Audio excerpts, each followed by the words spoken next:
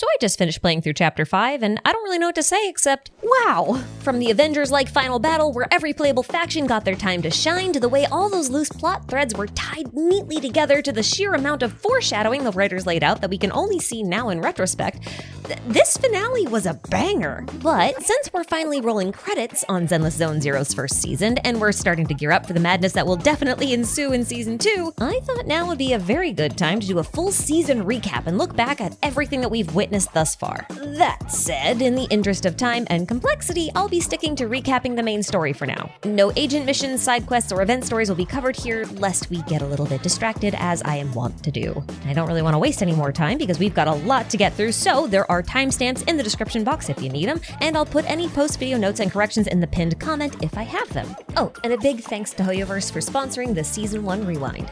Now then, I think you all should grab a seat, a treat, and put up those feet because it is time for the Season 1 Rewind. Let's go! Our story starts here, in an unassuming video rental shop on 6th Street called Random Play. It's run by a pair of siblings, Belle and Wise, but this is all just a cover for their real business, operating as a legendary proxy, Phaethon. Proxies are illegal operators responsible for helping people navigate the maze-like hollows that plague the city of New Eridu. So when they see the local news reporting that a criminal group called the Red Fang Gang had broken into the White Star Institute only to fall into a hollow shortly afterwards, Phaethon gets ready to do some business. Now they were probably expecting some simple retrieval mission, but things are a bit more complicated. See, the Red Fang Gang had stolen a strongbox from the White Star Institute that contained a highly valuable object, and one of Phaethon's regular clients, the Cunning Hares, had been hired to swipe the strongbox from the Red Fang Gang. And while fighting over who got to keep the strongbox, both groups fell into the hollow, except for Nicole, the leader of the Cunning Hares. Now, of course, Nicole can't save her friends or recover the strongbox that fell into the hollow on her own, since, hollows are giant space-time warping labyrinths. So she requests Phaethon's help. Phaethon manages to successfully locate Anby, Billy, and the strongbox, but the Red Fang Gang's leader, Silver, is guarding it. And unfortunately, his ether aptitude is quite low, and it soon corrupts him until he becomes the dangerous monster we know of as an ethereal. The team makes a hasty retreat, but later makes a second attempt to retrieve the strongbox, only to be thwarted by an agent of a hacker group called White Noise, who takes control of Phaethon's Hollow Deep Dive system, or HDD, which they use for in-hollow communication and navigation. This completely cuts off communication between Phaethon and the Cunning Hares, leaving them stranded until Phaethon can take back control of the system. They do manage to do this, but not without losing their proxy account and all of their accumulated hollow navigation data, which means that they can't really map out the hollow to find the exit. But fortunately, thanks to that same hacker who was arrested by public security, Phaethon learned that the strongbox actually contains something that could replace their hollow data, which means it's their only chance of getting the Cunning Hares out of the hollow. Nicole agrees to let Phaethon install this chip into their navigation bang boop EOS, and doing so actually installs an exceptionally powerful AI known as Fairy onto the HDD. Fairy signs a contract with one of the Phaethon siblings, your choice, causing their ocular implants to glitch out, and then we get to see an equally glitchy scene of the eruption of Hollow Zero that destroyed the old capital. But Fairy quickly proves herself to be quite useful and instantly charts a route out of the hollow for the Cunning Hares. Now, the events of this prologue leaves Phaethon with a few problems. First off, they've got this mysterious AI illegally installed onto the HDD, and second, the Cunning Hares can no longer complete their commission and return the strongbox because the product has been used. So, while Phaethon and the Cunning Hares try to figure out what to do next, life in New Eridu continues.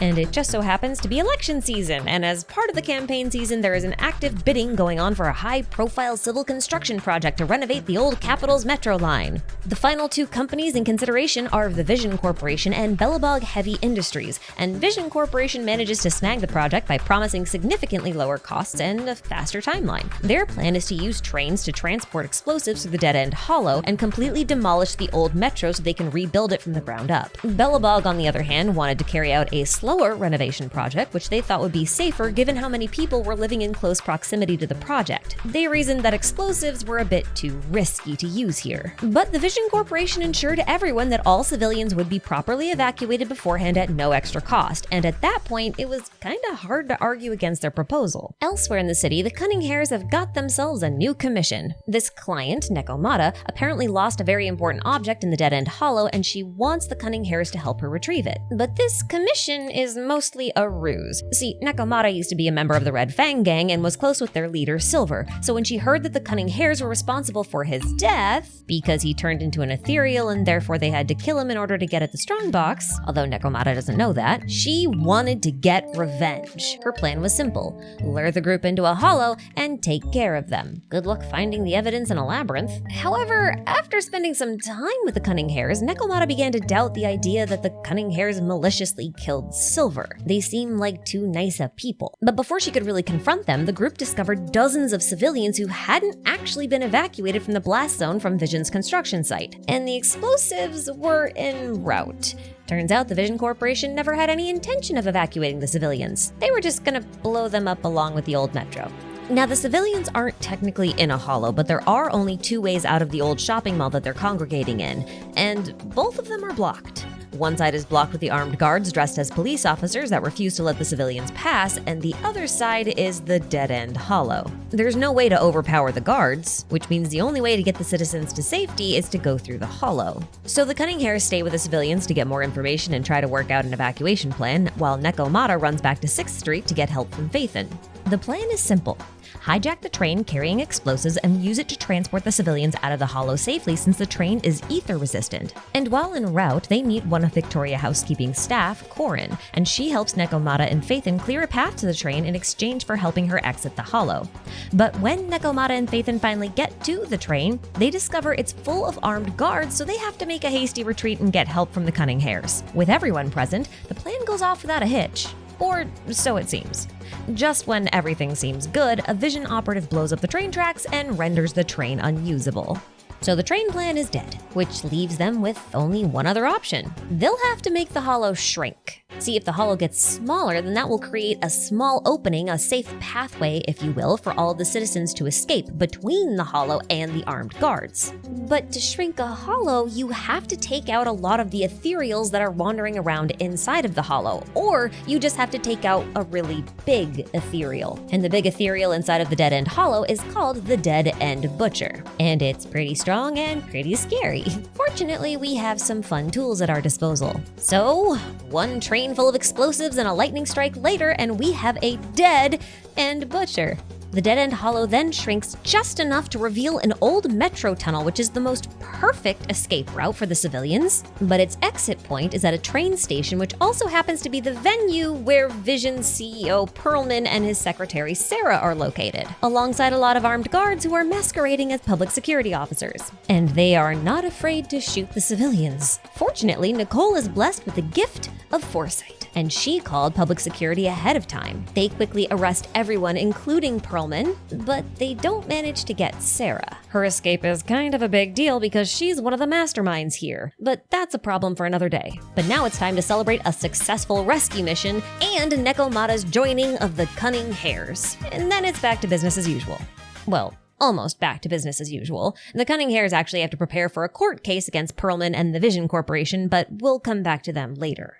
But now, with Vision Corporation out of the picture, at least temporarily, Belobog Heavy Industries takes over the metro renovation project. But with new leadership comes new problems. See, Belobog's unique advantage in the industry is their smart construction machinery, which can work safely and autonomously for prolonged periods within the hollows. And 3 of these machines went missing in a hollow after their mechanic, Grace, upgraded their software. So they need a proxy to help them locate and retrieve their machines, and they need one fast. Fortunately, Nicole refers them to Phaethon. But this simple retrieval mission turns out to be a bit more complicated than they originally thought. Because of course it does. Turns out it wasn't Grace's software update that caused the machines to go all funky. Around the time of the update, all 3 machines received some sort of signal from deep within the hollow, and that signal altered their logic cores, granting them unique forms of sentience and plenty of personality. But only one of these machines received the complete signal, which turned out to be kind of a distress signal sent out by a prototype machine that was made by the original founder of Belobog, Koleda's father,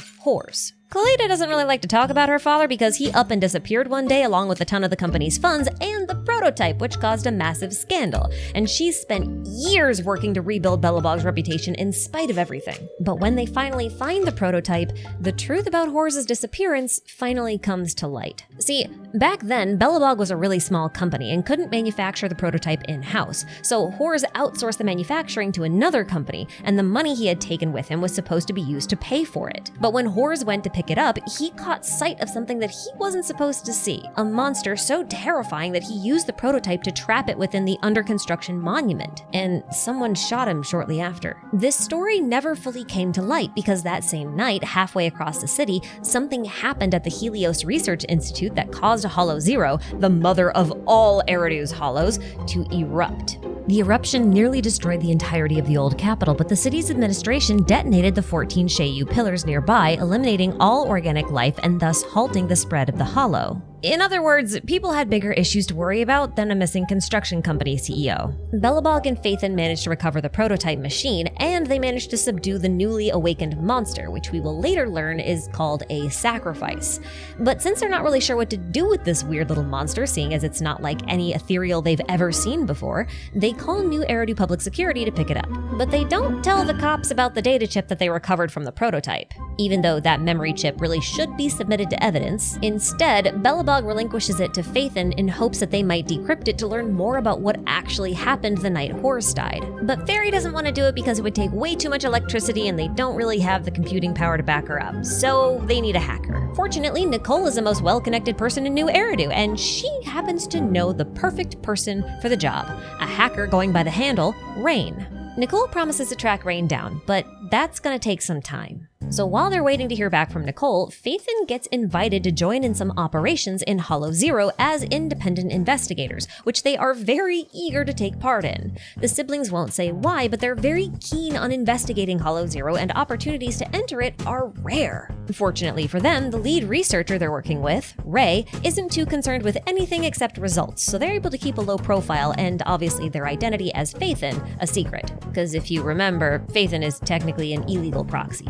They're definitely not supposed to be involved with governmental matters. But as they're taking their qualifying exam to prove that they have the skills needed to tackle the mother of all hollows, Phaethon has a chance encounter with the great ethereal of Hollow Zero, Nineveh, who is currently being pursued by Hollow Special Operations Section 6. Phaethon is recruited on the fly to assist them in navigation, and shortly after is able to witness firsthand the strength of the youngest void hunter in New Eridu, Miyabi. But Miyabi's failure to even put a dent in Nineveh shows just how powerful this ethereal inside of Hollow Zero really is. Meanwhile, public security shows up at the site of the monument to take custody of the sacrifice monster's remains. They don't really know what to make of the monster though, so they decide to pass the sacrifice along to Hand, specifically to the Section 6 members that we just met, since they are better equipped to handle ether and ethereal-related investigations. Officers Ju Yuen and Qing Yi explain this situation to their superior, Inspector Bringer, who definitely did not want Hand to get involved. He then encourages them to keep this incident quiet because he doesn't want the public to know about it because it's election season and he's campaigning for the position of commander. Having a case like this get transferred from public security over to Hand isn't a great look, and it might affect his chances, especially since he's not exactly well liked among the general populace. While he was once heralded as a hero for rescuing people from within a hollow, one of whom was actually Zhu Yuan, he's since become a real politician, for lack of a better phrase. These days people see him as more of a cowardly paper pusher. All talk, no action, you know what I mean? In order to remediate this issue of his image, he decides to put on a public safety seminar. While all of this was going on, some shady individuals were setting off EMP devices all across the city. And this was causing a lot of problems with, hijacked cars and jammed cell phone signals, just to name a few things. But after apprehending one of them, Qing Yi noticed that there was a pattern in the routes that the criminals' gang was scouting out for a big heist. Turns out that route was the one that public security was using for the evidence carrier that was transporting the sacrifice. The only way that these criminals would even know about this route is if someone in public security leaked it to them, which means there's a mole in public security. Well, Zhu Yuan and Jingyi go a bit rogue and track down the evidence carrier within a nearby hollow, only to find that someone has swapped out the sacrifice's remains for generic etheric matter, like they thought PubSec wouldn't notice. Zhu Yuan and Jingyi chase down these criminals, recover the sacrifice's remains with the help of Phaethon, and successfully hand it over to Hollow Special Operations Unit Section 6, where it was supposed to go in the first place. A short while later, the leader of Section 6, Miyabi, calls Zhu Yuan to inform her that the sacrifice contains human DNA, which means it's definitely not an ethereal, because even though ethereals can be created when a human becomes corrupted by ether, there shouldn't be any detectable DNA left. Her conclusion? This monster holds a very important secret. Now, not to change the subject, but you remember Sarah, right? The secretary that managed to not get arrested by the police when they were rounding up all of the Vision Corporation operatives? Well, around this time, she decides to pay Perlman a visit in prison, intending to strike a deal with him that ensures that he takes full responsibility for the events at the Metro line. But Perlman counters her offer, claiming that he has evidence that Sarah and whoever is backing her wanted to retrieve the sacrifice monster from the monument for themselves. And if she helps him to escape before he has to go to trial, then he says he'll keep quiet about what he knows. With a suspicious lack of pushback, Sarah agrees. But when she leaves the room, she has a rather ominous phone call with a very familiar voice who says he'll take care of everything. And that voice definitely belongs to Officer Bringer. So yeah, he was the mole who leaked the route of the evidence carrier, and he's also probably the one who got Sarah all those public security uniforms for the Vision Corporation's operatives. We'll come back to these two. So, while Phaethon was busy working with public security, the Cunning Hares were busy preparing for their upcoming trial against the Vision Corporation. Now, for safety reasons, and also to avoid getting intercepted by any surprise hollow disasters, all participants, including Perlman, were going to be transported to the courthouse by airship. Now, Nicole was supposed to be trying to get in touch with the hacker Rain so that we could decrypt the memory chip that we got from Bellabog, but she hadn't had much luck. Instead, all she was getting were blank messages over the course of a couple weeks. Finally, at her wit's end, she asks Phaethon to look into it for her, and Fairy determines that these messages had actually been sent from the Ballet Twins, two skyscrapers that had been swallowed by a hollow several years ago. No one has any idea what Rain could possibly be doing in those towers for weeks at a time, so it's time to investigate. But the crew doesn't get very far before they're confronted by the current managers of the towers, Victoria's housekeeping. But their hostility quickly turns to hospitality once one of their employees, Corin, recognizes Nekomata and Phaethon as the ones who helped her escape the dead-end hollow back at the kerfuffle with the old metro renovation project. And recognizing that they're short on time because all of the Cunning Hares have to be present at the Vision Corporation trial that takes place, very soon, Victoria Housekeeping takes over the job of helping Phaethon look for Rain. It is, of course, a mutually beneficial deal because having a proxy on staff means that they can perform the building's general maintenance while also investigating the truth behind the rumors regarding the towers being haunted. And if they're lucky, they'll stumble across Rain while they're doing it. But these so-called ghosts that are haunting the towers and messing with the building's electrical systems are actually a group of rebel mercenaries who had kidnapped Rain. They wanted her to hack the airship that was transporting the attendees for the Vision Corporation's trial and change its route so that it would fly directly into the Ballet Twins' towers and crash. This means the mercenaries are working for Sarah, who never intended to let Perlman go free. She even went so far as to ensure that there would be no one to stop the crash by giving Perlman a briefcase full of sleeping gas that knocked out everyone on board when it was opened. Well, everyone except for Billy, whose air intake module was busted, but honestly, who could account for that? Fortunately, Billy was able to help Lycon get onto the ship so that he could help land it safely on top of one of the towers. But while waiting for a proper rescue and also for everyone to wake up from the sleeping gas, Perlman wakes up first, relaunches the ship on his own, and flies off to the outer ring. Nothing we can do about him for now, but we can focus on Rain.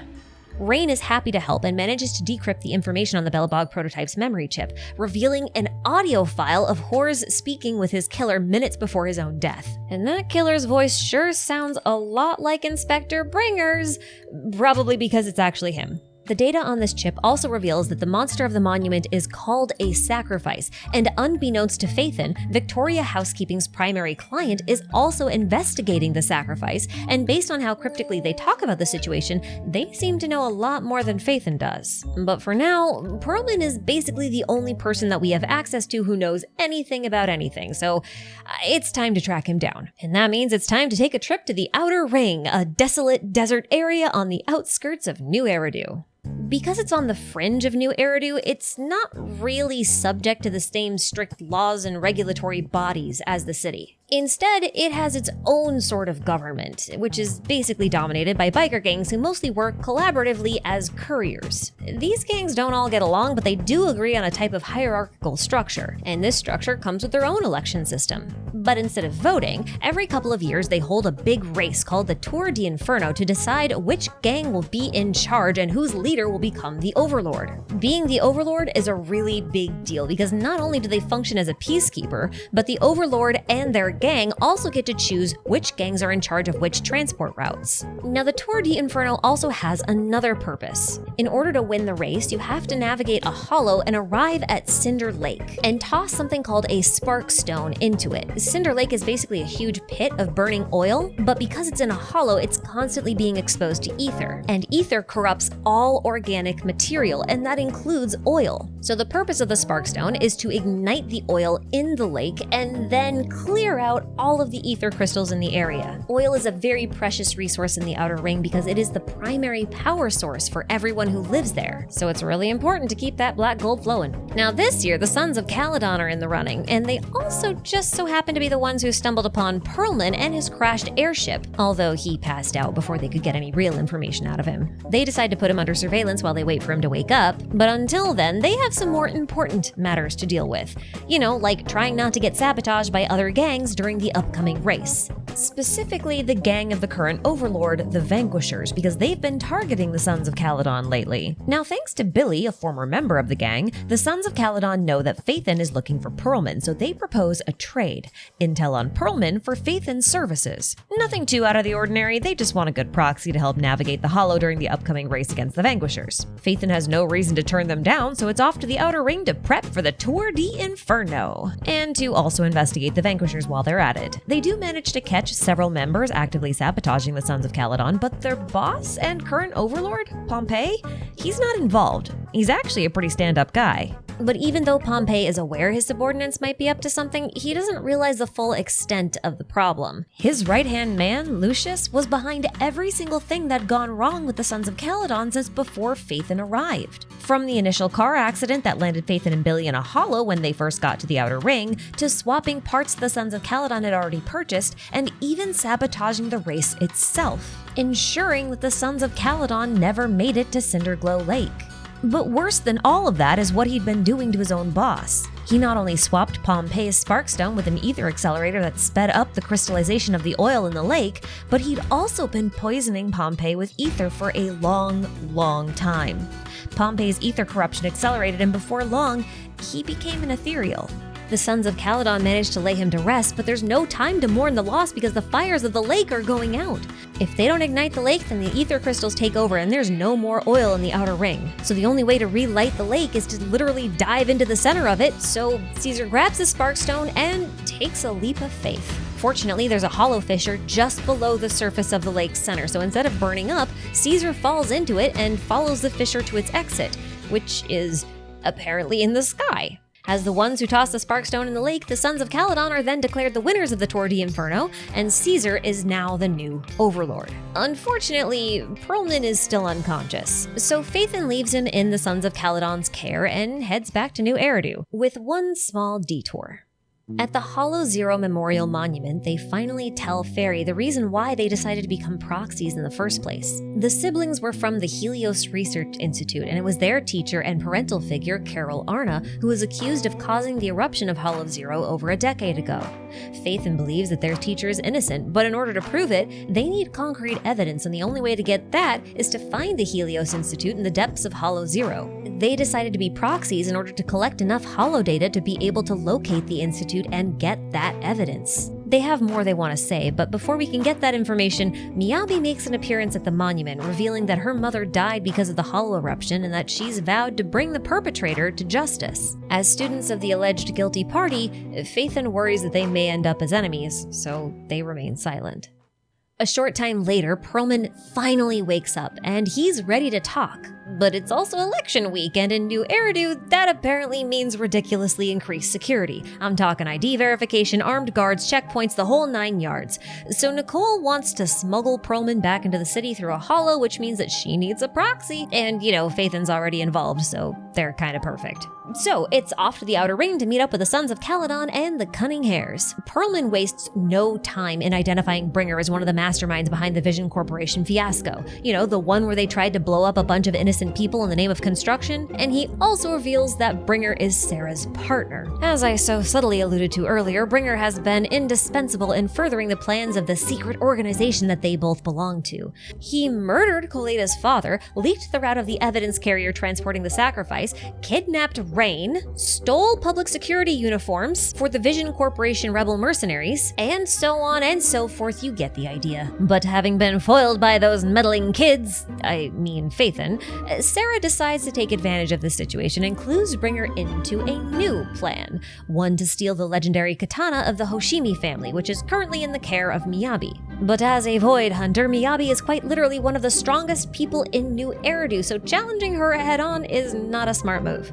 Instead, Sarah leverages a hacker group called Nullface and has them hijack a virtual reality training system that Section 6 has been recruited to test. Nullface not only manages to trap Section 6 inside the simulation, slowly taking control of their bodies and then turning them into Bangbu, but they are also able to collect enough combat data to reconstruct a digital copy of Miyabi. I think the original goal was to actually keep them all trapped in there, but Yanagi manages to get them all out of the simulation safely. Even so, Sarah successfully received Miyabi's data, so the plan is still on, but with a couple of tweaks. Meanwhile, Phaethon heads to the Outer Ring and learns that Perlman has documents proving that he was just a puppet in this whole Vision Corporation debacle, and he hid this proof in a stack of documents that was supposed to be used for the construction project. Since Belobog Heavy Industries took over the project, they should have access to those documents. If they really want to bring the true culprits to justice, they need those documents, so they give Koleda a call and she gets to work. Now, the intel Perlman provided not only applies to the Vision Corporation scandal, but also to the sacrifice case, which Section 6 is investigating.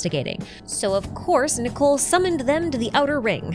But this results in a less than friendly discussion, as all claims are alleged and we have no proof other than Perlman's testimony, and I think it's kind of reasonable for Section 6 to be a little defensive and skeptical of the whole thing. But the interaction is cut short by some familiar rebels who open fire with some rather interesting bullets, one of which slightly damages Miyabi's sword. Now, I don't think bullets are supposed to have purple goo in them, so I think that's probably ether. No one wants to get shot and there's no reasoning with the rebels, so it's time for a quick change of location. Unfortunately, the rebels are not so easily deterred and pursue them into the desert in what ends up being a really sick car chase. But amidst the chaos, both Phaethon and Miyabi get separated from the rest of the group and thrown into a hollow without a carrot. Something also seems to have gone wrong with Phaethon's ocular implants, which is how they communicate with the HDD, but rather than sit around waiting for rescue, Phaethon and Miyabi call a temporary truce. If they collect enough hollow observation data from the nearby data piles, Phaethon can manually map out an escape route, but only if Miyabi protects them. Everything goes pretty smoothly at first, but those ether bullets from earlier damaged Miyabi's sword in such a way that it became a bit unstable and went absolutely berserk, and the pair only just managed to seal it inside the scabbard. Turns out this sword actually has an incredibly powerful ethereal called the Tailless trapped inside it, and the scabbard uses some sort of technology that simulates the maze-like structure of a hollow, effectively preventing the Tailless from breaking free on its own, which would be very bad because it can send its wielder into a blind murderous rampage. That's why the blade is sealed inside of the scabbard and can only be unlocked with Miyabi's fingerprint. The pair finally manage to escape the hollow just before Phaethon starts showing signs of corruption, because, their ether aptitude isn't that great, and they regroup with everyone else. Except for Perlman, who got captured by the rebels, and they are now holding him hostage in the Ballet Twins hollow. So it's back to New Eridu, and surprise! It's election inspection day! Quick reminder that working as a proxy is technically illegal, so they do not want public security checking out their backrooms where all their proxy gear is. Fortunately, Qingyi and Fairy became very good friends during Qingyi's agent mission, which I will let you complete on your own to figure out how that happened. So Fairy called her for help just in time. And then she gets taken offline due to outside interference and remains offline for the remainder of this quest.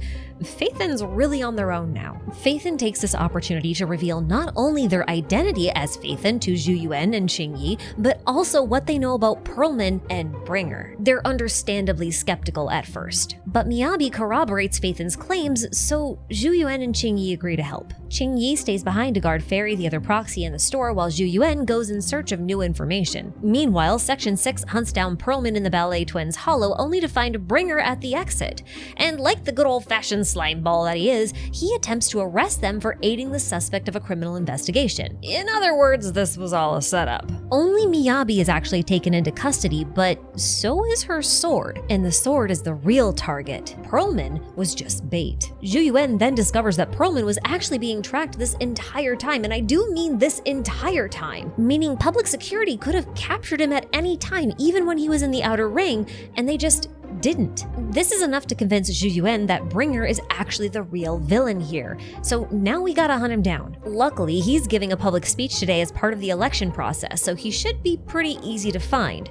She also manages to get in contact with Miyabi's father thanks to Victoria Housekeeping, who happens to be working for the Hoshinis right now, and he warns that the real target probably isn't Miyabi at all, but the sword. You know, due to its very unique properties of containing an entire ethereal in its blade. Elsewhere in the city, Miyabi and Sarah are en route to the location where Bringer is supposed to be giving his speech. And upon their arrival, Sarah uses the data that she received from Nullface to replicate Miyabi's fingerprint. She unlocks the blade, extracts some kind of information or etheric matter from it, which totally destabilizes it, and despite knowing how dangerous it is, she throws it into the crowd. Miyabi barely manages to suppress the blade's power and prevent the death of innocent civilians, but Sarah makes a clean getaway, and so does Bringer. So it's time to track them down, but he doesn't make things easy. Once cornered, he injects himself with some kind of golden serum and begins mutating into a new version of the sacrifice monster. Only, unlike the one in the monument, Bringer manages to maintain his cognition. It seems as though the organization that he belongs to has been refining this formula over the last 11 years, and this one has been augmented with the power that was taken from Miyabi's blade. We'll talk more about this organization towards the end of the video, but for now, it is time to take this guy down with the help of literally every faction that we've met throughout the entire season, except for the Defense Force. They're evenly matched, but Haramasa manages to get the upper hand when he detonates a massive amount of ether canisters and basically blows up Bringer. For a moment, it seems like the battle is won, but Sarah uses a sniper rifle to inject Bringer with a second vial of that golden mutation liquid, and he gets his second wind, putting everyone on the instant defensive. At least until Miyabi shows up. She's got her blade back under control, and without hesitation, she releases an attack so devastating it cuts through not just Bringer, but the entire hollow. I didn't know you could do that. Also, if she can cut through an entire hollow, you gotta remember she couldn't even dent Nineveh. So how strong is Nineveh? Sorry, I'm sidetracked, and apparently distracted enough to let Sarah get away unnoticed. The last we see of her, she's making a call to someone, claiming that the test that Bringer was a part of is complete, and that Elixir P07, that golden mutation liquid, is confirmed effective. That's not ominous at all. But that's another problem for another day, because Bringer isn't totally dead yet. After everyone else leaves, Bell and Wise enter the hollow alone to question his wriggling remains. Turns out the big white hands of his etheric body are the same as the hands that took away their teacher, Carol Arna, on the night Hollow Zero erupted. This suggests that Carol could be alive somewhere, perhaps in the custody of this organization, especially since it seems like Bringer knows of her. Bringer then makes this last-ditch effort to do something? I'm not really sure what he was trying to do, maybe kill the siblings with some kind of mental attack, but it seems like their ocular implants rendered the attack ineffective. Bringer is surprised, but also finally dead. Although as far as the public is concerned, he's just missing. When the dust finally settles, Phaethan decides to tell Miyabi the truth about their identity and what happened 11 years ago, and she reacts by giving them her hairpin, a sign of her protection. Despite being the students of the person allegedly responsible for the disaster that killed Miyabi's mother, Miyabi has faith in them and agrees to assist in their investigation. After all, they both want the same thing. They both want justice. Fairy also comes back online shortly after all this, and she seems a little different, and maybe just a touch more human. And that's the end of Season 1. Now there is a short prelude to Season 2 involving our two upcoming characters, Astra Yao and Evelyn, but I'm gonna save them for later. Well, I say that, but I actually think the presence of these two kind of alludes to something that was going on in Season 1, so stick with me for just a second. See, Astra is an actress and a songstress, and this is a lot more important than it appears at first blush. See, a short while ago I put together a video investigating the eruption of Hollow Zero, and in doing so, I found a lot of information on a mysterious organization called the Exaltist Order, who appear to worship the Hollows, and they were originally struck down by Miyabi's ancestor. This group also appears to incorporate music into their Hollow worship, and by all accounts, I think it's possible that they are connected directly to Sarah, or at least to the organization that Sarah works for. I'll leave a link to that whole investigation below if you want full context and to kind of understand more about what this organization might be about, especially since I think it's going to become a lot more relevant in Season 2. But for now, I'll leave it at that. I hope you enjoyed this Season 1 rewind. A huge thank you to my channel members for enabling my nonsense, and as always, thanks to you for watching. Take care of yourselves out there, and I'll see you in the next one. Bye bye.